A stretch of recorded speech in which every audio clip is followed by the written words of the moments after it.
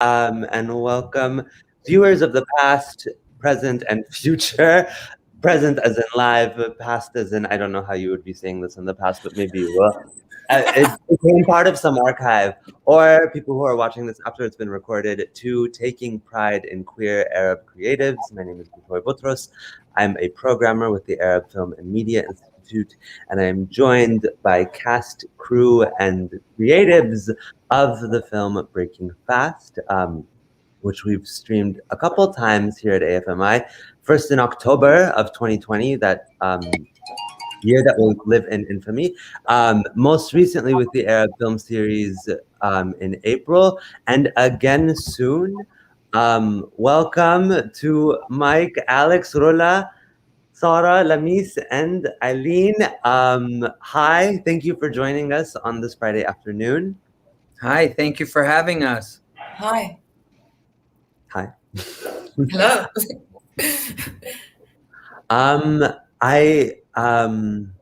I want to start maybe by having you each tell the audience members, viewers, a little bit more about each other's participation in the film or your own participation in the film.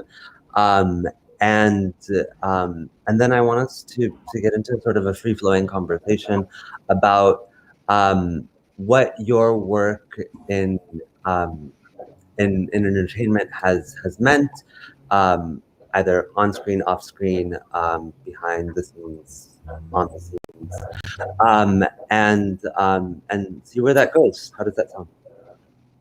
Awesome. Okay, hooray. We're off the heels of Arab American Heritage Month, and we're off the heels of Ramadan. So, and we're in the midst of Pride. So, I think this film kind of brings together all of these things. So, I'll start by turning it over to Mike, and maybe you could share with us a bit about what making this film has meant for you now that your baby's out in the world and has had legs and is running and walking and flying. Well, thank you. Hi, thanks for having us. Just in time. Speaking of Pride, who better to make a fashionable entrance? Should we, before I answer that question, I'm just wondering, should we do introductions should we just? Yes, we should. Okay. Well, I would like to hear people introduce one another. I've introduced myself as a programmer with AFMI. I'll introduce Mike as the director of the film Breaking Fast. If you can see me, I'm motioning towards him on the screen. And I will throw it over to Mike to introduce the film more broadly if he'd like, and the victim of his choosing. So we are here today with two of the producers, four of the actors in the film, all Arab, some queer, some Muslim. And we're so excited. And I would like to introduce someone who's been with the film since it was a short, someone who read the very first draft and said, yes, you can, Mike. Also my best friend, also an inspiration for one of the characters, also someone who I will spend the next hour absolutely making fun of as much as I can, the wonderful, the brilliant, the beautiful Sarah Bazzi. I was going to say, I was like Alex Lamsos. Which would have been very fitting and very you and I. Hi, everyone. I'm Sarah Bazzi. Apparently, I'm brilliant and wonderful and amazing. I'll take it. I was a producer on the film. And like Mike said, I've been attached since the short version. And I think like from the very beginning, I probably will speak for everyone when I say we all were like, this is something really incredible. It just kind of felt right and was so well made and so well written. Well, not well made, not to toot our own horn, but it was so well written that it made it easy to make it. Yeah, it's been a privilege. This film has probably been the highlight of my career. I can say that with such confidence, and I've had the pleasure to work with amazing producers, amazing cast. I'm going to throw it to somebody who I will say I have publicly said, and I will say it all the time, no offense to any of our actors, but Sam is probably one of my absolute favorite characters in the film. I love him so much. I love his spirit. I love how free he is. I love his heart. I love how funny he is. I wish I could aspire to be like him. And I think that we all need a Sam in our lives, or we just need to live a little more like Sam. And Amin El-Gamal did it so beautifully and really brought that character to life. So I'm going to pass it to Amin. Oh, thank you. And I think there's more than a little of you and Sam. Just saying. Just saying. Hi, I'm Amin. It was a joy to be part of this film. And I'm going to introduce Aline, who, she might not know this, but I've kind of fangirled about her for a while. She's one of the very few Arabs and very few Arab women who was a series regular on a show, and on a fantastic show, and she's hilarious and brilliant on it. And I always looked up to her, and then we got to work together in one scene. So, Aline. Oh, I gotta cry. I'm Aline. It was, again, one of the great joys of my career to be involved with this. I was lucky enough to be involved with the short, and in my one magical day on Breaking Fast, I got to meet and become friends with Amin. I'd known Mike, Sarah, and Alex before, but I'm super thrilled to be a part of this in even a small way. And the person I want to introduce, I was lucky enough, after admiring her work in New York for years and years and years, to meet her through this group, is Lamise. Thank you, Aline. You're hilarious in the film. I'm Lamise, and I play Aunt. And I got involved in the film. Mike and I have been friends for years and years, and he was on the board of my theater company early on, and he'd shown me the script. And we were like, my God, it's so brilliant. It's so funny. And then Noor came on board to do a little, to sort of help out on the producing end in a very particular kind of way. They did most of the legwork. We just offered a little bit of support. So, and I got to sit in on some readings when Mike turned the short into a full feature, which is, it takes a lot of like real digging and real heart to do something like that, after putting so much time into the short and the success of the short. So it was really fun to sit in on those early readings, and I got to jump on with this amazing cast and this fantastic group of people. So I'm going to toss it over to the hilarious mom, who's also my neighbor here in Venice, who I never see. One day we'll run into each other. Rola. Hi, thank you, Habibti. I was actually only in LA for 3 months when I auditioned for the film. So it was really a great way to be welcomed into town. Most of my life, I've actually lived between Europe and the United States. So I've had a Western upbringing with a Lebanese family. And so mostly I would spend, the summer in Lebanon, and the rest of the time would be somewhere else.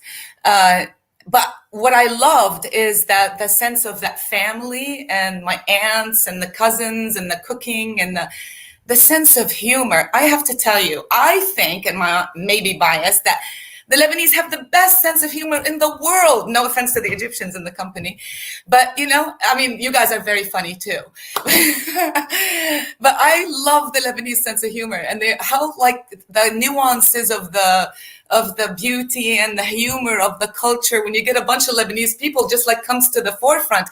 And it's just having really good laughs and memories of the flesh come out with this film, just warm families, memories of Lebanon, the Lebanese people. And also I was raised by the gays, so I'm really very used to being around them. So I will pass on to Alex, who's actually my first day on set, who picked me up and brought me to base camp. And he tells me that he's Canadian and, Egyptian and I look at his last name and I say, well, that's Greek. And, so that was the entree into my first day on set is Alex. And I'll pass it on to his gorgeousness. You're very sweet, Lola. Thank you. I do remember that day. I'll never forget it. Yes, I'm Alex. I'm one of the producers alongside Sarah and led by the incomparable Seth Howard. And just to summarize it, honestly, this was an unreachable dream for me growing up, thinking that, you know, we can make something like this. So I'm literally like living my dream right now. And that's all I can say about it. I mean, I can say so much about it. But. Well, this was the most wholesome thing to witness and hear. Thank you all so much for sharing that. That was really warmed my heart.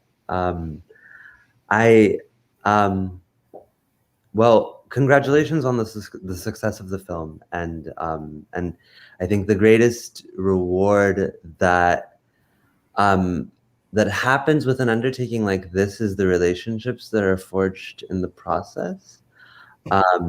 And I think what comes through in the film is this deep sense of family and warmth that's shared on the dinner table, and it's kind of pervasive in every single scene. It's so palpable. Rola, I love that you said it gave you memories of the flesh and of being around family in Lebanon or elsewhere.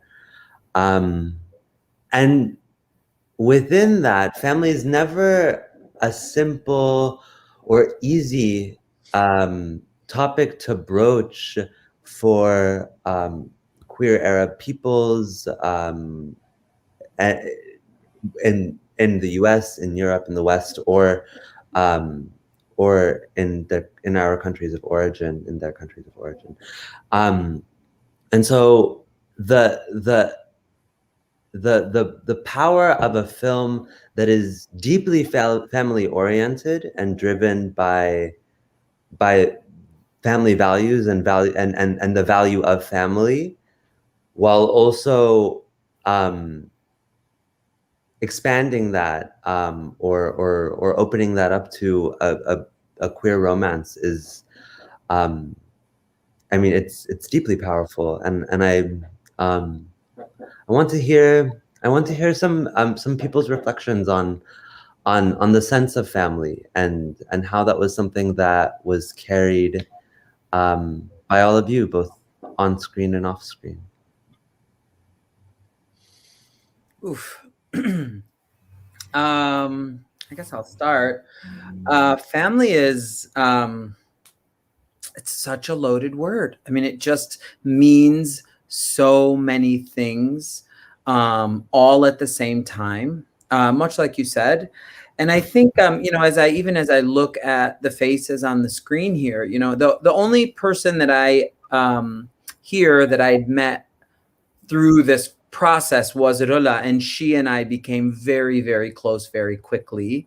But to your point of family, you know, I, along the journey of my life, have amassed an incredible family of people who have all played really, really intricate roles in my upbringing, in my development, in my life. And to sort of now sit here, oh God, wow. You know, to sort of be in this moment talking about a film that is like a child to me, with people who are my family. I think, you know, that is exactly why my faith is intact. That is exactly why I am the person that I am. And I believe that where there are holes, people disguised as angels disguised as humans come forth, brought by God to fill those holes and help walk alongside you on this journey. And like every single person on this screen who was in this film has been a part of that journey well before the film even existed.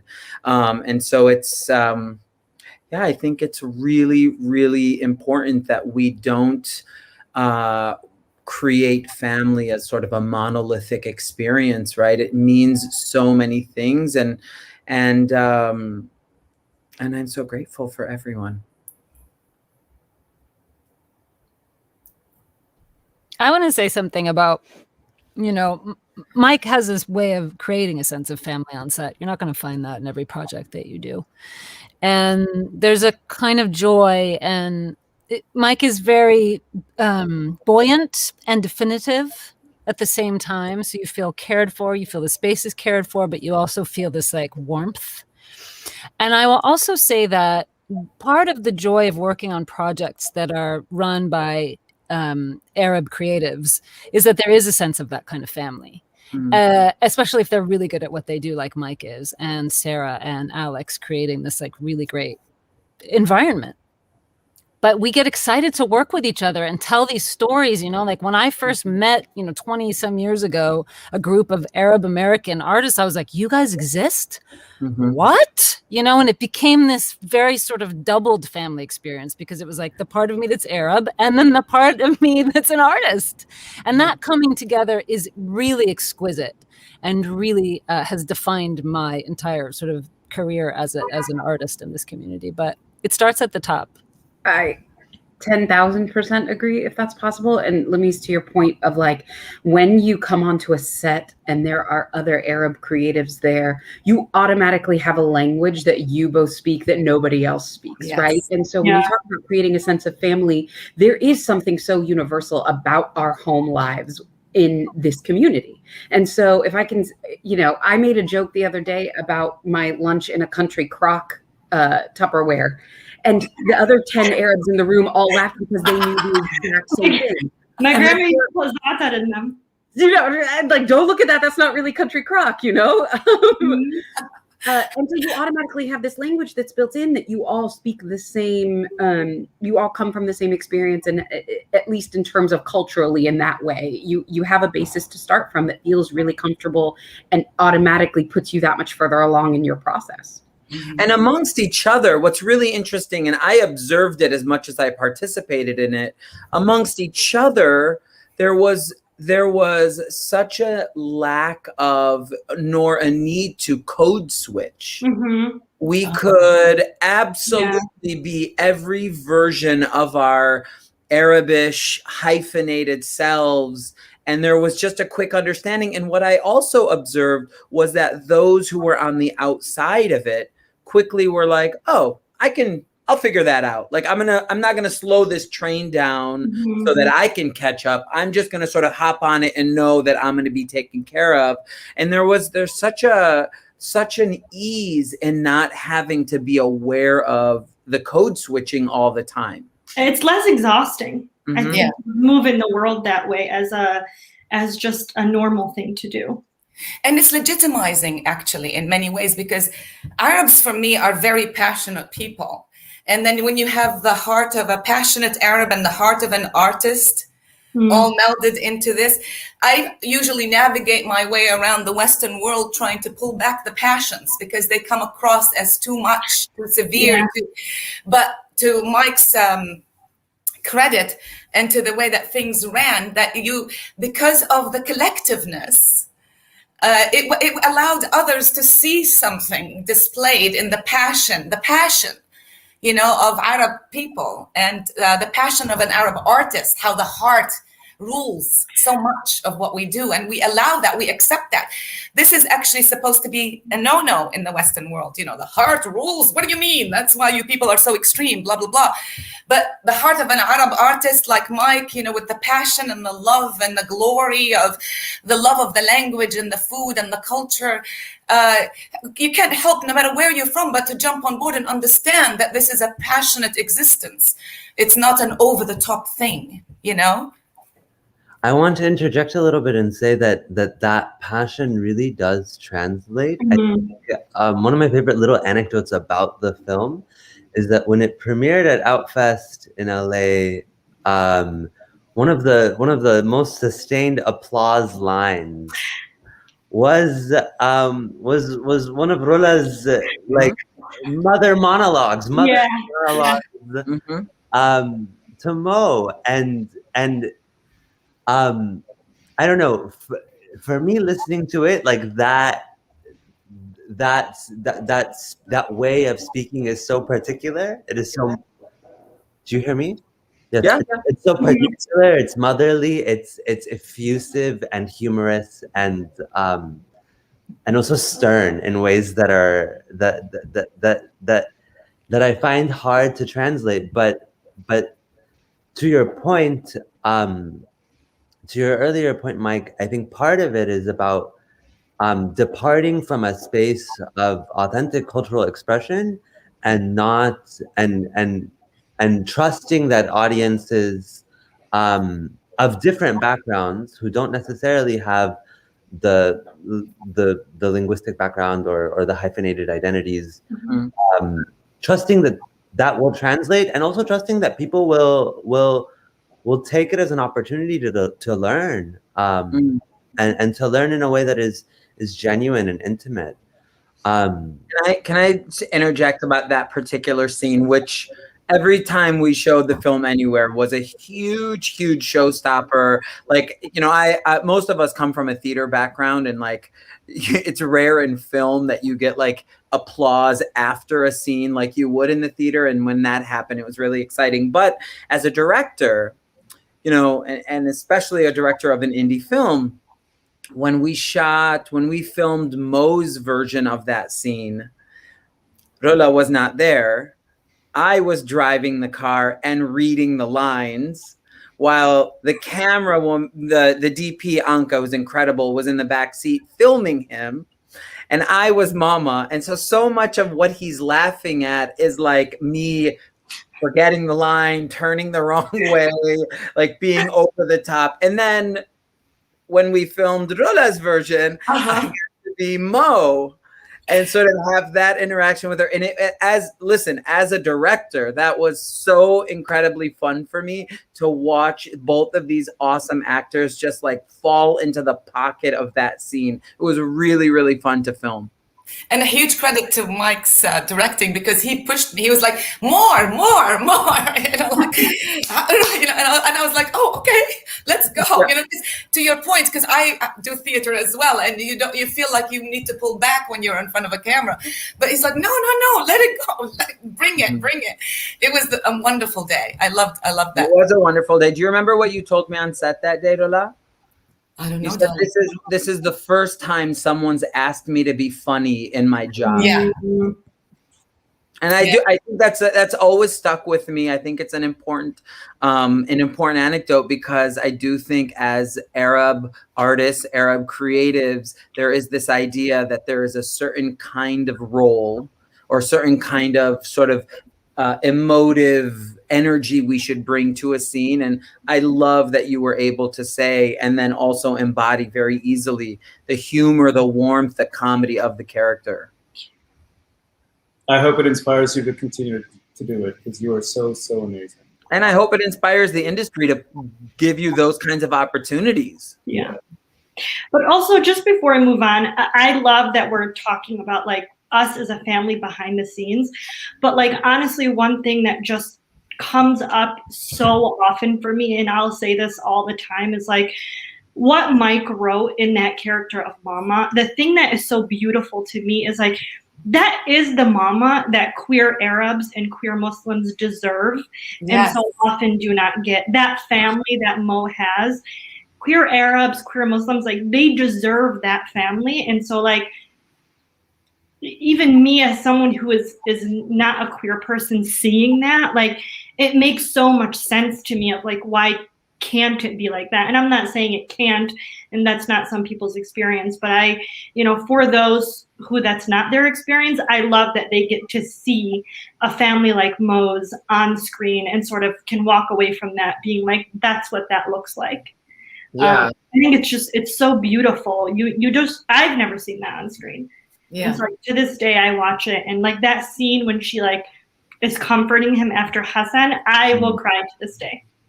It's too much. It's very healing, because I think a lot of times queer Arabs and queer Muslims have to kind of bifurcate their identity. They're like, okay, Islam or my culture says that being gay is not this, so I'm now, going to throw that all out. Or they have to kind of sacrifice their queerness to get the sort of love and wit and wisdom from, the Arab mother. So in addition to Rula having astonishingly brilliant and moving comedic performance, it's also very healing to see those things reconciled so seamlessly and not have it be pandered to, like we were talking about, or explained.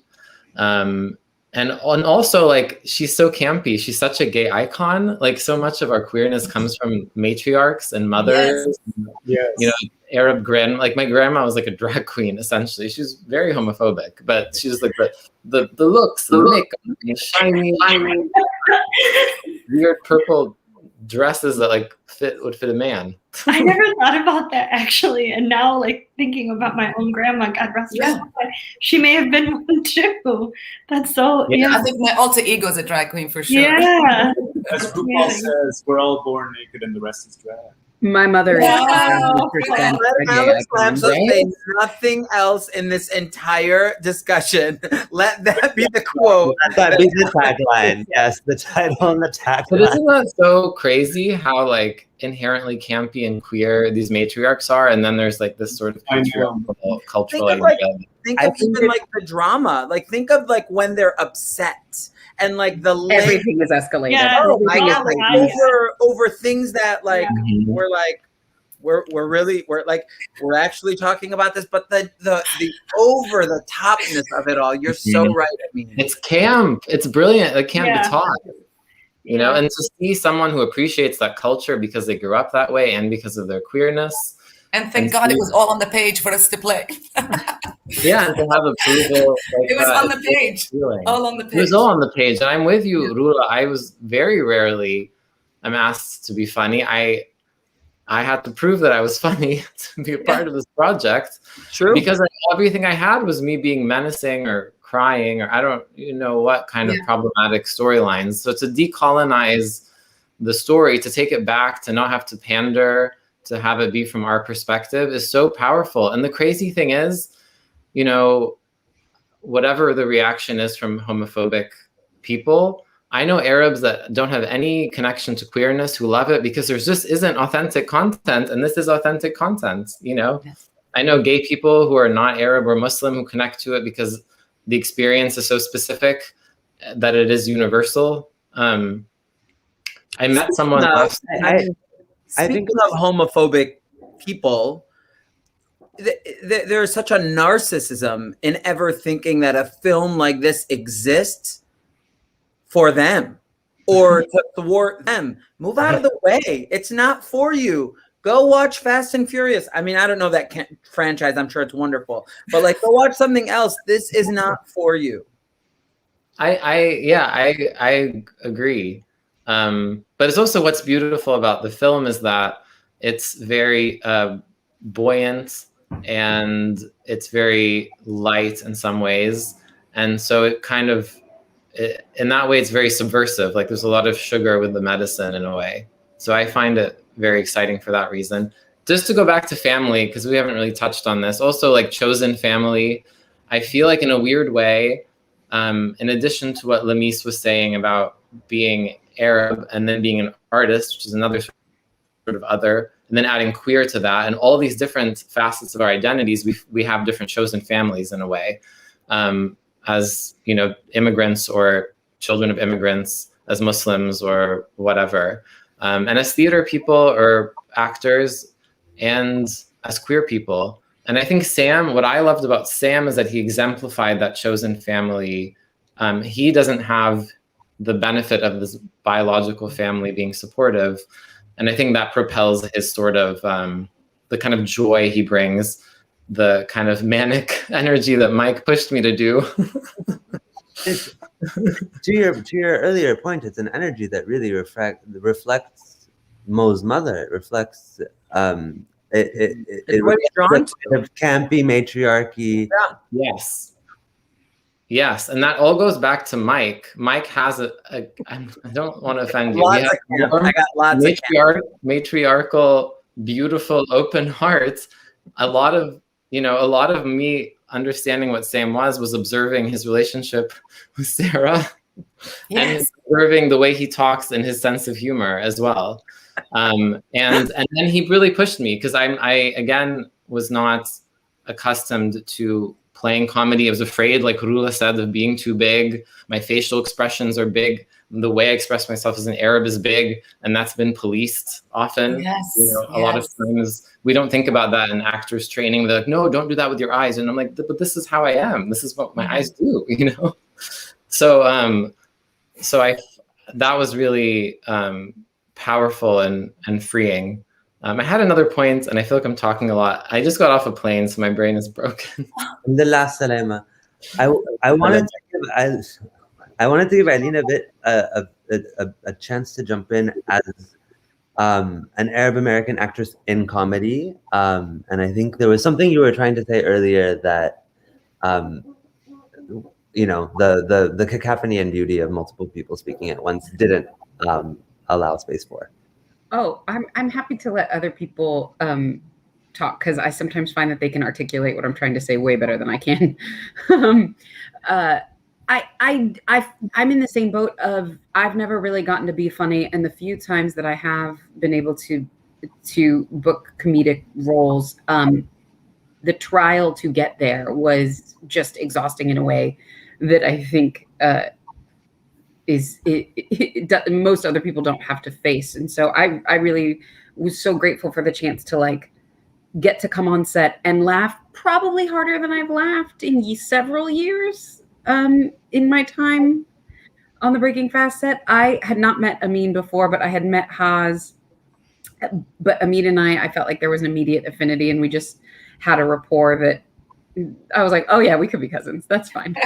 Aline, correct me if I'm wrong, but we shot you in one day. One day. And you also had to like leave to go to the airport, right? That night, yes. Oh my God. Yeah, I was on a run that night. Yeah, it was crazy. And it was like so funny. It was so hard for me to keep a straight face. Not that Sam ever had a straight face, but you know what I mean? Nothing great about Sam. Brilliant. Great about Sam Baby.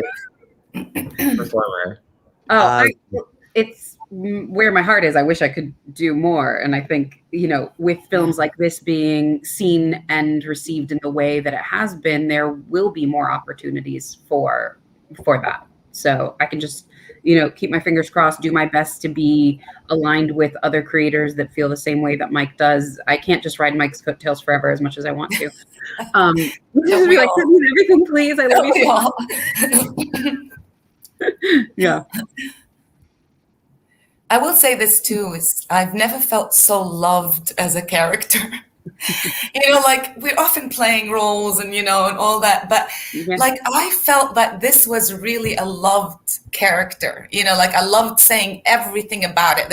Everything was about love. And it's just so nice to feel that you're not just like there to whatever, and the crying over people is real, that just to feel like loved and wanted to be there and wanted to be explored. These women's characters, all of them, I thought, were really loved women.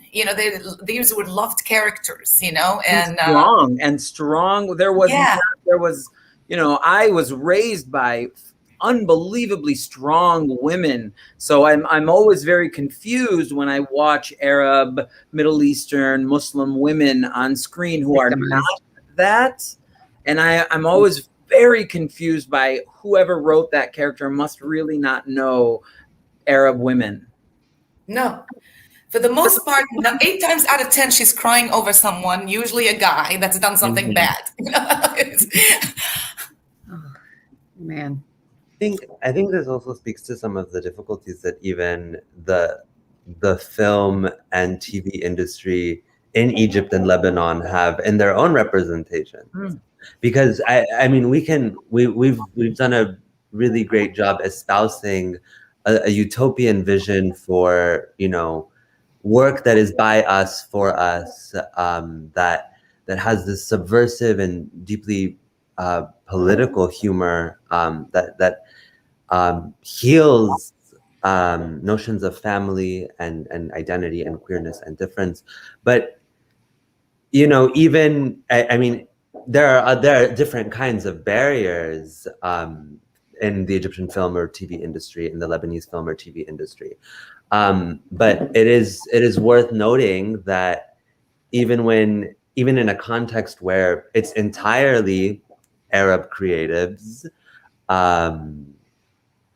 that kind of representation, queer representation of powerful women, representation of representation of difference respectfully, or decolonial representations, those are still, few and far between in those industries. So I mean, I think part of the task and the challenge that I think that I'm hearing resonate in this panel is that we write and act the world that we want to enact and to see. And also, that is something that happens in community, and also that is something that needs to keep happening and happen alongside many other processes and movements and struggles. And there was a question in there, but for now, I'm going to mute myself. I mean, I guess like I would also add to that is that like I mean like I'm a man writing strong women characters, but all of the women here are involved with and creating and writing or producing or performing in characters well outside of the types of characters that we're akin or accustomed to seeing. So I think like, I think also it's beyond just like for us, by us, but I think it's also knowing who's out there doing that work. I mean, Lamis is a pioneer theater maker, founder of a theater company that has revolutionized, Arab Swana Mina representation. And like, she I've never seen anything that Lamis has written where there was a meek female character. I mean, I think, she knows exactly what kind of women she's writing. And I was going to make a joke that wouldn't play here, but the joke. I was waiting for the joke. I mean, I feel like, I think like a lot of BIPOC community or BIPOC artists, you do have to write your own stuff. You do, I mean, we've all been there auditioning for things that are, I feel the same way. Like I wrote a play many, many years ago about a Palestinian woman who pretends to have her own cooking show, and it's mostly comedy. And we did a reading of it we did this workshop and a reading as you do in the theater. And I remember this guy, and he was a pretty prominent, artistic leader in a theater. He was like, I did not know Palestinians were funny. I'm like, what? And but from his point of view, if that's all he's ever seeing is the sort of tragic sides of our countries of origin, how the hell would he know? Yeah. But it's also like, what do you think we do? We just cry all day? Like, so I feel like, again, like, Mike drawing these very funny, very warm characters. It's a reflection of how we are living and how we are coping. And I think, I always say to artists all the time, write your own stuff. Write your own stuff. Tell the stories you want to tell, and that's exactly what Mike did. And here we all are. I want to interject and say I used to pretend that I had my own cooking show when I was like 12. And I'm not going to go into it much further, but yes, the call to write your own stuff. Wait, just really quickly, what kind of food? It was some really weird experimental stuff. So writing your own stuff as a kid just doesn't always play out. I think at one point I was trying to do like a Caribbean inspired white fish. And so because I didn't have plantains, I tried to use bananas. And so I put bananas and a fish in the oven. Oh. And my mother came home and she was like, and I was like, Mama.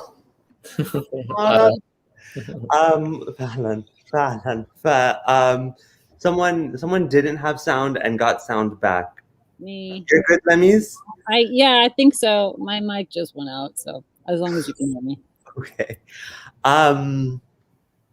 I want to steer us back to one of the scenes that we were referring to earlier, which was the scene that united. Well, it's the scene at the Islamic Center of Los Angeles, which I think is one of the most powerful scenes in the film, I mean, both Amin and Eileen did such incredible work in that scene. I wonder if you can take us there. I have questions I want to ask about it, but maybe you have things to say about it that are more pertinent to the questions I want to ask. I mean, it was my most cathartic day. It was, I think, our 5th day of shooting of 18. And I was super nervous. And I was also very nervous that we would enter into the space and represent well. In addition to the voices in my head that said that, that we don't belong there, that are old voices that are, I'm working through on my own. But the way in which the Islamic Center welcomed us, the way in which they made us feel so unbelievably welcome and present in the space, in the scene. The scene takes place at a funeral. The opening scene takes place at a funeral, and you'll hear you'll hear sort of Quranic recitation in the background. And that is actually someone who observed us filming, and later we then got them to recite Quran, then used it to overlay into the scene. We were just so embraced and so loved, and I think also, and it's no surprise to anyone here, everybody knows me, that I am very much a practicing Muslim. So to break for lunch, to go to the masjid, to pray in between takes, to sort of feel so completely aligned with all facets of myself, doing this scene, this movie, my work in this place. It was unbelievably reclaiming, and also it's very healing. It's incredibly healing. That was my experience. I felt so. Oh, sorry. Go. No, go ahead. After Mike's beautifully eloquent catharsis, I don't know that I've laughed harder. I know. Yeah. I cannot even begin to describe to you the shenanigans that went on behind the scenes, trying to corral this large group of background actors out of context. Poor Alex had full on cue cards trying to cue everyone. It was very funny. It was very funny. We have a great video of it. Alex had the difficult job. Here's the fun fact, is that I had no time to rehearse that whatsoever. He literally came up to me like, this is what you're going to have to do in the next 10 minutes. And while I grew up in the Middle East and I know Arabic, it was a bit of a challenge to... well, it's not every day. It's not every day Arabic, right? It's not language, but it was... But Alex, set the scene. Tell us what you had to do. Well, it was... there are words that are recited... Allahumma salli ala Muhammad wa ali Muhammad. Yeah, and so I had to basically teach these wonderful extras. We had about, I think, 30. Wait, well, we have to say why you, though. This is important to the story. Alex had to do it because while we had an incredible casting director and we had an extras casting director who was great, Alex was our Arab extras casting person. Yeah. And Alex was emailing with 50 different Arab people being like, come to the mosque. Yeah. Wear black. Bring your kids. Bring your family, Oh, yeah. bring your grandma. Somebody brought their Literally. grandpa.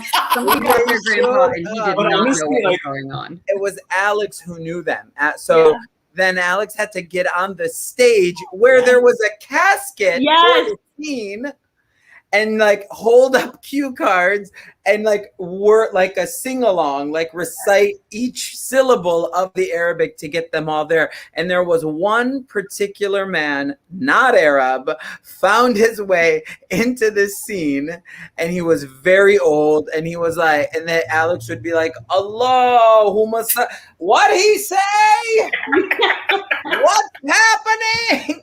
I mean, it was an incredible. So right. I should have really led with the comedy because it was a hilarious day. It was a hilarious day, and as you can imagine, like, being in a room, full of passionate, beautiful Arabs, just adds to it in a beautiful way.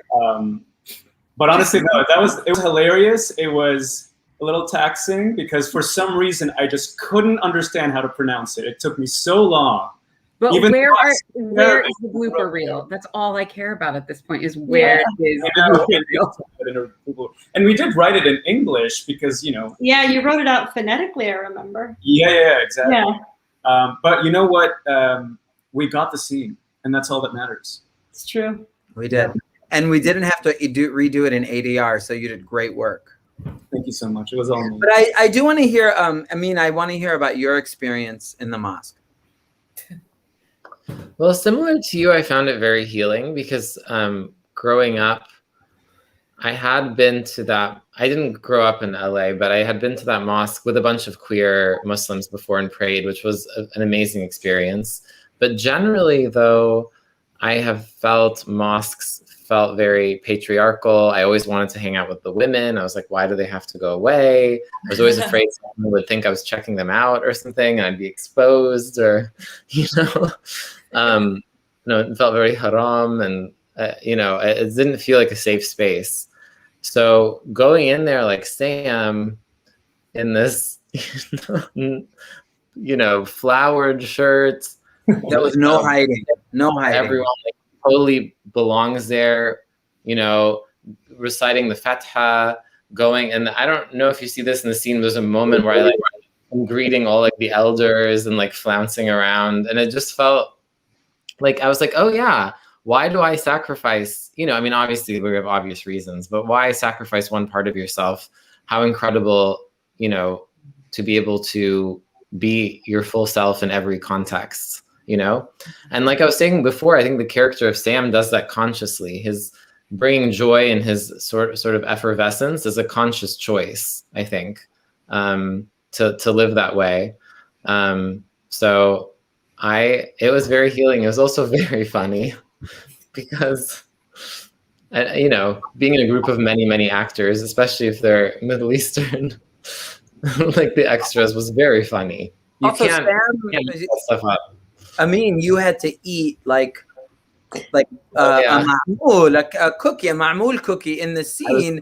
Clearly and, not fasting. And didn't understand the concept of small bites, spit it out. Oh no! We went through I want to say 11 or 12 ma'moul during the course of filming the scene. I'm not a very good actor, so if I have to do something, I just kind of have to do it sometimes. But I feel like That's towards so the very end, you were like, my stomach hurts. You truly had a tummy ache. I feel like I was fine, but I remember Haas every few seconds was like, "You're gonna have to, ishel. You're gonna have." Yeah, maybe that's what it sticks out in my head. Okay. Yes. Mhm, He all took right. over the narrative, but you my both. stomach was quite hearty. Okay, good. Glad to hear it. Both Anita and Aline being improvising a lot in that scene, and that was truly one of the funniest experiences of my life because I know Aline, your character was trying to shush her child, and you did it in different ways every take, and honestly, that was one of the funniest scenes for me. The exit was super funny. And Don't give her green. and the So funny. magical sociality between Amin's character and Aline's character, it captures the casual way in which people gossip outside, this side talk. Yeah. Actually, things happen in side talk. Right. Can I just say that I really Especially at the mosque too. Especially. Especially at the Yeah, mosque. gossiping When at we were mosque. kids, we Oof. would go, and it was like a very much like a social hour when I was a kid. Like you learn the town's gossip at the mosque when so it was just like, it's like definitely like it was a very fitting scene to take place like at the mosque, weirdly enough. I remember there was a moment in time, maybe during or after production, that Mike, I think it was in conversation with you that we realized that a road trip movie with Amin and Aline would be Yes. so hilarious. So Yeah. Give away hilarious. our Don't think secrets. it's- Don't give away our I secrets. know that we're, thinking about all the Sam things, and but- Lee, Sam and Mona, and it Sam has and to Mona. go too Fasting broken, and too furious. fast. Yeah. Too broken, too fast. Too broken. My That work franchise. Maybe there's a Fasting and Furious. collabo with that franchise. Yeah. Oh yeah. Oh, it could be like a lesbian road movie, a dykey road movie. I am so here for it. Then, Mike, the next film has to have some dykes. Let's So can I share one real when my agent sent me the breakdown for the audition, it was like Mona has a shaved head, so this actress needs to be willing to shave her head. I was like, oh, okay. Wait, what was the original line? Wait, Amin, do you remember the original line before we changed it? It was. Um, It was like a Sinead O'Connor. Oh, it was a Sinead Yeah, it was a Sinead O'Connor reference. Yeah, this is Sinead Look at O'Connor. that. Looking. Yeah. Yeah. Yes, it was, and Oh. then we changed it Yeah. because like Forehead. your forehead was very prominent in the hijab, so In we and out, it's fine. made it about the forehead being, like, what did you say? Something like On display. on display. Yeah, She a beauty queen with a beauty queen. on display. How do I still remember this? Yes, I'm here for any sort of spinoff. Also, like just the fact that is the first and last time that you meet Mona in that hour and a half film, and it like truly just sticks with you. I mean, Aline, it really is just such a testament to you and Amin and your chemistry, and like I love those types of scenes where like it's just such a memorable actor, even though it is like truly just one scene. Like it's a scene you just don't forget. And that really is because of you guys. Credit goes to Mike. Well, yeah, that too, but Oh, also, you light up the screen. yes. Thank you. But the direction that Mike gave, I was like, I know exactly who this woman is in so Mhm. few words. Like you didn't, Mm. there was no finding her. I was like, oh, he said 5 things to me, and I was like, I'm ready. Yeah, I felt the same way. I was like, I know her. Yeah, I know who this is. There were 6 people in my life that are. There was also this awesome improv that unfortunately we had to redo it because the continuity of it didn't work. But Amin and Aline had the entire backstory of Hassan and Alia's relationship and why he left her. Oh And it would just, they went on and on while the camera was rolling. And it's like, it's so good, but it will live forever on the edit room floor, unfortunately. Oh. Alex, we gotta push that I don't out. remember this. I want to see these scenes. Alex was wrangling the extras. We missed it. Very busy. For the Blu-ray DVD copy, please drop these extras. Yeah, they're really funny. Mm-hmm. Wow. I want to hear more about how the life of the film has Oh, we changed. lost him. I can't hear you. You can't hear me? I can. Someone Okay. can hear- Okay. I wanted to hear more about the life of the film since its release. So there's this very particular experience of releasing the film in March of 2020, I think the week before lockdown. Literally the week before lockdown. Yeah, for many people, we were one of the last. So many people said to us we were the last film they saw in theaters. Wow. Yeah, it was incredible in a lot of ways. first of all, we, as you just said, we had those 2 in-person screenings, our world premiere in the Bay Area and then in LA at Outfest Fusion. Both sold out crowds, both incredibly different demographics, and the laughs were so consistent, and it was so exciting to experience it in a theater. So thank God for that opportunity. And then, just truly the next day we went virtual. And I'll say, I think yes, it's definitely a bummer that the biggest bummer obviously is the lives lost in this pandemic. And that's the real sadness of it all. But from the perspective of this film, it was definitely a bummer to not be able to experience it in theaters continually with audiences. But I will say that because of the film festival community's ability to adapt so quickly and the amount of virtual screenings that were made readily available, we were able to participate in so much more. We were able to spend the morning in Ohio, the evening in Canada, and sort of be all over in a world where we probably would not have. We would have had to been pretty selective on where we were traveling to. And I think it made us, it gave us an ability to engage with such a wider audience. And it was really, really exciting. We were released in January of this year after about 70 festivals.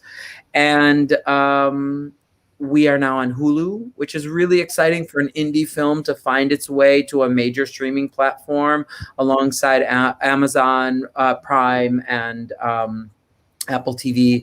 And we just signed a deal for international distribution, which we're just in the process of finalizing for different territories. And that's what I'm also really excited about, is seeing what kind of international life this film can have in other parts of the world. It is very much an American film with a very specific American ethnic lens. And I'm excited for that to sort of have a life where we get emails constantly from people in India. So I'm really excited for the film to be in India. We are huge in Pune right now. It's called Pune, right? Pune or Pune? Pune. Or Pune? I don't know. I've always heard it pronounced Pune, but Pune. Okay, we're huge. And Our Short Film Brothers won an award there. yes. And and I think it's kind of just it's been a whirlwind. I feel like I love talking about this film, less so from my own experience, but more so observing Sarah and Alex and the producers and we get these messages from people constantly, daily, these messages where people are, being seen, feeling represented, being reflected back. And Amin and I have shared amazing anecdotes about people coming out as a result of having the words to speak with their family as a result of it. And excuse me, I just, whatever that means, it doesn't, whether it's one person or a million people or whatever it is, I don't really care about the number. More so I care about whomever is interacting with the film is finding ways for it to have an impact on their own journeys and their own experiences. And that to me feels more important than any, I don't know, anything else. Beautifully put. Thank you for that. I mean, I wanted to leave this question open to not just hear about the sort of virtual and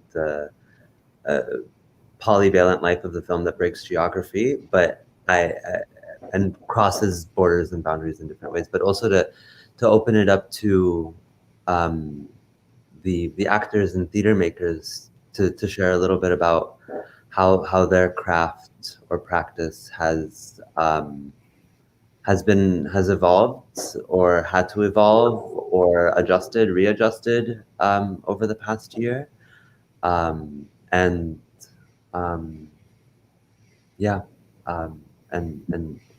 hear a little bit more about that. We're doing a lot of work on Zoom, just like everyone else. A lot of my theater company did this. We do a reading series, a play reading series, and this year we had to do it on Zoom. And what was really cool about that is we got to work with international artists, and it really opened up our audiences. I mean, theater is so site specific and local. So I think, you know, wherever you can open your audiences, it's really always a good thing. And I think once the theater, obviously we're talking about film here, but once the theater goes back, I think there will be some hybrid models. And it's kind of, what's exciting is that there's an opportunity to reimagine structures that don't work, both at the level of leadership and in content and aesthetics. So I think that's really exciting.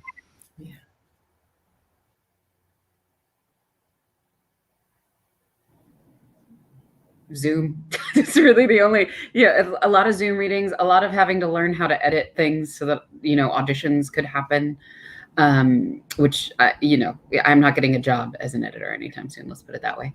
I think sometimes my face is out of, you know, not even in the frame, but to Lamisa's point, it's super incredible. I did a reading where, you know, one of the artists was in the UK, and she did it at 3 a.m. in the morning for her. It's such a testament to the lengths people will go to make art because we need it, because it feeds us. We're not going to let something like a little pandemic stop us. Yeah, it's really fun. That happened to me too. The one of the actors was in, I think she was in Taiwan. We're like, what time is it? It's exciting. I don't know. I think it's like, I mean, I don't know how you do a reading of a play at 3 a.m, but good for you. Yeah, actually, the best part was having those readings with theater companies in places where you're not, you know, and that was actually the best part, I would have to say. The worst part was the fact that you had to learn to light and edit and self-tape and upload and download and, you know, all these things that you know, the costumes, everything you have to do, you know, to tape your audition. That has been, you know, obviously we've got a knack of how to do it now, but it still is challenging because it's not really the actor's work to do, right? But now we have to learn to be lighting people and all of that kind of stuff. And that was tough for me. I still prefer to go into the office for my audition, into an in-person. I know the impact I leave in the room, you know, is a lot of unanswered questions with all these self-tapes that we have to send in and stuff like that. But we're all adjusting. Hopefully it's all coming back. Supposedly LA is opening up as of Monday. I knocked on wood, and yes, I'm gonna knock, and then I'm gonna unmute and knock on wood for the record. Well, thank you all so much for sharing. I want to leave room for people to share anything else that they want to share, and maybe close out our panel by maybe sharing a little bit more about how this film forces us to reimagine Pride, or how, you know, in taking pride in this film, taking pride in our presentations of it, or in your participation in it, and in having this roundtable, we're also reconstructing Pride, such that, as a person of faith, as a queer Arab, a queer Muslim, a Swana identified person, that pride. We talked about bringing pride to the mosque. What does it then mean for us to reimagine Pride so that it's inclusive of our communities and the heritage and history that our people carry? And on that note, we can hopefully say goodbye. But I asked this question knowing that there are no easy answers, and knowing that you are all incredibly generous hearts and minds and souls, and that question comes with all the gratitude for sharing your film, your reflections, and your spirit with us this afternoon. Thank you. I mean, thanks so much for having us. Thanks for facilitating this. Thanks for giving us a space to all be together. It's been a minute since we've all been together, so it's certainly fun. I think this Pride more than any other in my entire life, I've been actually really thinking about what pride means and what it has meant to me. And I think that outside of the very mandatory and important history that we all have to know and learn about how we all sit within the context of privilege and are able to have these very easy conversations amongst each other, where for so many it is not easy. I think for me, what pride strengthens is the idea that someone in the LGBTQ plus community, the greatest gift that we can give ourselves is the gift to choose us, to choose ourselves, to choose that we are something to be proud of, that we within ourselves, regardless of how we choose to come out, how we choose to engage within the community, the spectrum of the community. I think for me, pride has really become an opportunity to celebrate the work that I have done to show up into the space.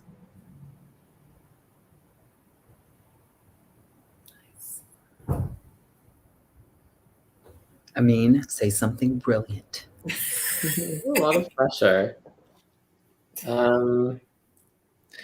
I think maybe stereotypically, or maybe not, Arabs are known for having a certain kind of pride, aside from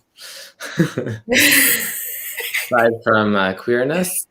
And I think that we can use that energy and shower love on our family members and children, and love them and accept them for how they are. It's a very simple thing. It's very, very simple. I think it just means being okay with not knowing, not being afraid of what you don't understand, and being open to learning. And maybe for us, in the context of history, it's highlighting Arab or Middle Eastern or North African people in history who even are associated with Islam, who are queer in a certain way, or trans or gender nonconforming. Some of those people have been forgotten, so it might be highlighting those and celebrating them. And it's definitely radically accepting that queerness is everywhere. It's part of humanity. It's not a Western thing. And it's not new either. It's not new at all. And yeah, I think that's what I've been thinking about. I guess the opposite is shame, which is a terrible thing, where you are the problem, you know. And having been through lots of therapy, I don't wish that on anyone. So make your kids' lives easier and just be a decent person and love them and accept them and save them the $250 an hour it costs to get a good. We need to get you on sliding scale. Well, I was going to say I pay $175. I'll talk to you after. My insurance will they'll reimburse me for some of it. Just kidding.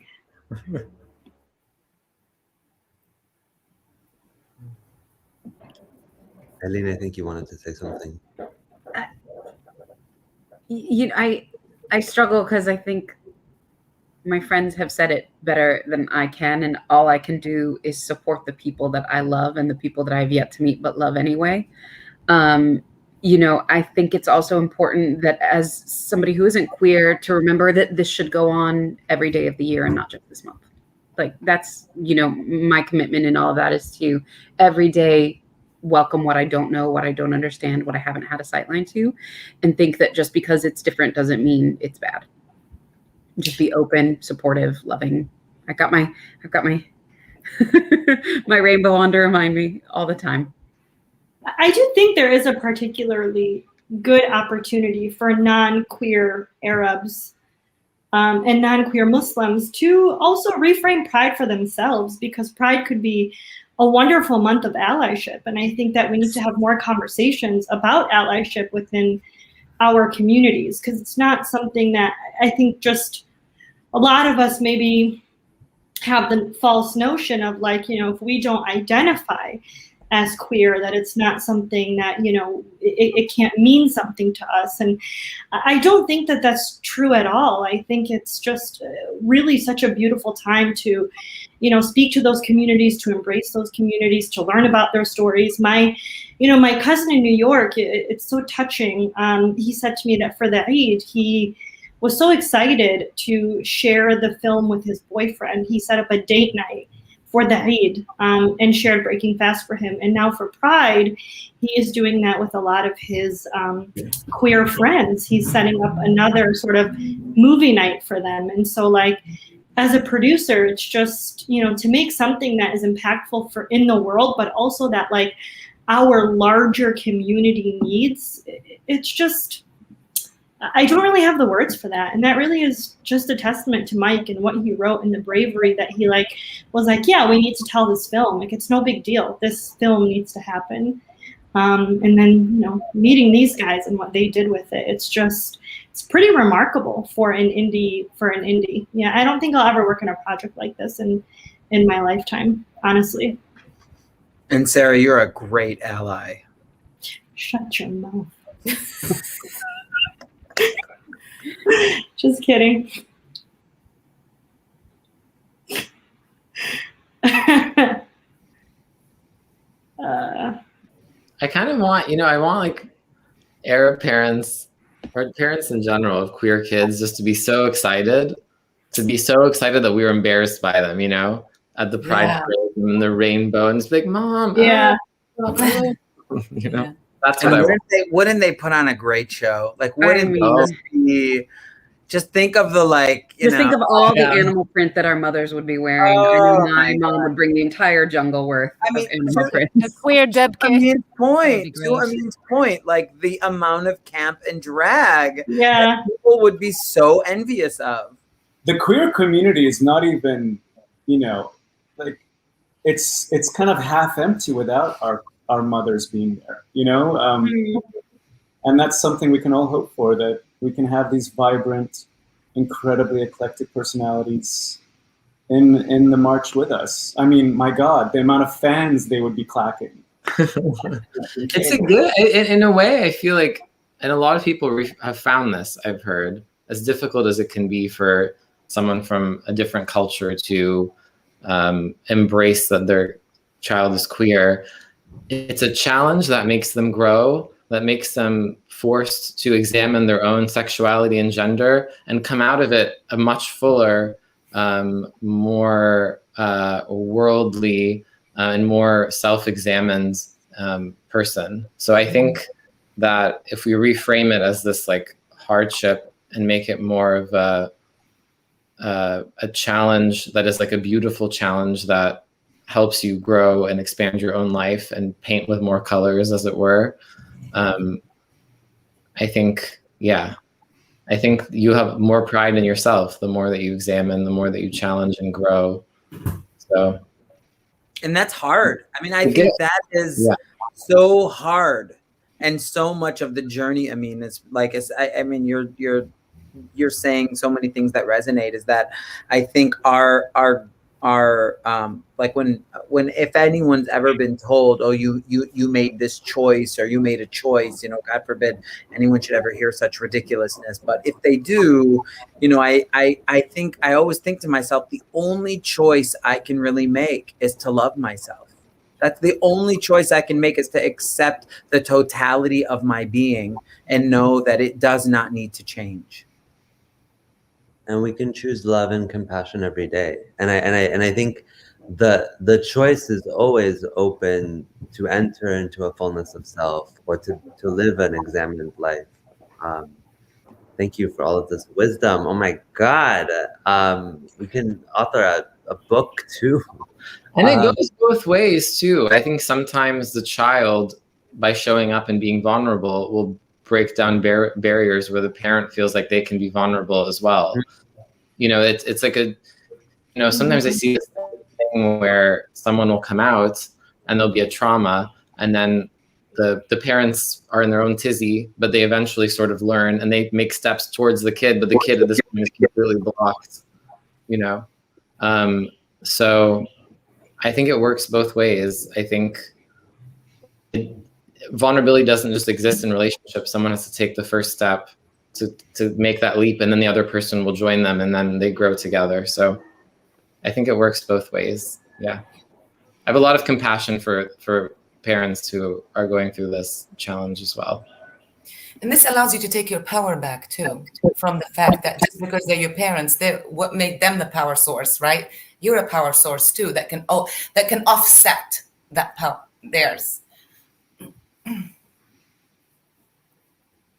I think more and more in our communities, there are support groups or kind of parents speaking among each other about what it means that their kids are queer, what it means, there are already so many, acute challenges for parents who are first or second generation immigrants trying to, raise their children in the very difficult world in which we live, in the very difficult place of diaspora.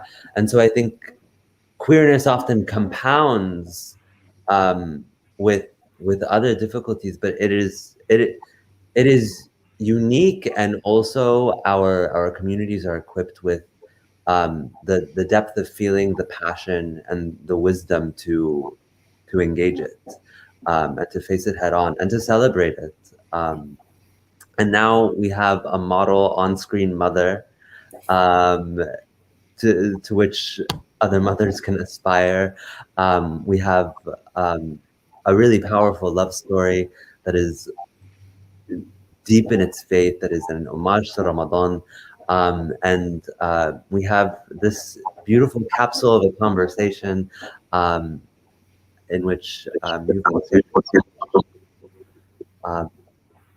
heard a bit of feedback, but in which you've shared so much of your hearts and souls and creativity, and thank you so much. This is something to take pride in, and this is both an act and expression, and an invitation to the most powerful pride. So thank you for having us. Thank you for creating it. Thank you for creating the space. I didn't create it, but thank you for allowing me to facilitate, and for making this an organic and soulful conversation. Thank you for having me. Thank you. Thank you. Thank you for having us. That was amazing. Thank you. Thank you all. We're going to say bye. I like to do a group countdown for these things. So I'm gonna go for 5, 4, 3, get on beat, 2, 1, Iqta.